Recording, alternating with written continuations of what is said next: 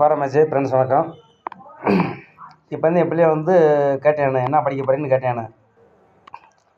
எனக்கு சந்தோஷமாக இருந்துச்சு. நான் வந்து மிலிட்ரி போகிறோம்ன்றாங்க. ஒருத்தன் 7 படிக்கிறேன், ஒருத்தன் 6 படிக்கிறான்.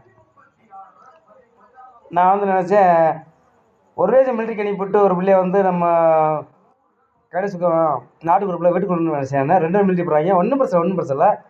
நாட்டுக்கு வளைய போகிறாங்க, எனக்கு தப்பில்லை. இதை வந்து எந்த அரசாங்கம் வந்து பண்ணும்? மோடி பண்ணுவானா?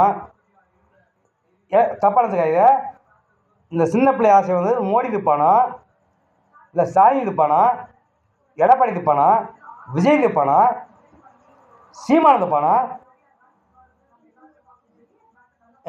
அடுத்த சீக்கிரக்கு வந்து யார்? அடுத்து யாருன்னு தெரில எனக்கு. பிள்ளை ஆசை புரிஞ்சுக்குங்க. நான் அப்பே சாணத்தில் இருக்கேன். இப்போ வந்து ஸ்டாலின் அப்பேன்றாரு. அப்பேன் தேர்த்து வைக்க சொல்லுவாப்பா.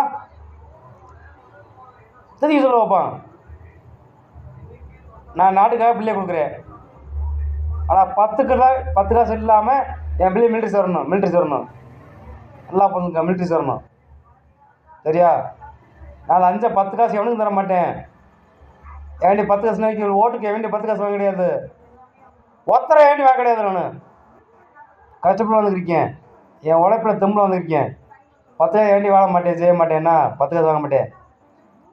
அதே போல் 10 காசு கேட்டாலும் என் பிள்ளை வேலைக்கு அனுப்ப மாட்டேன். நான் எனக்கு அதுக்கு வேலை எனக்கு தேவையில்லைண்ணா.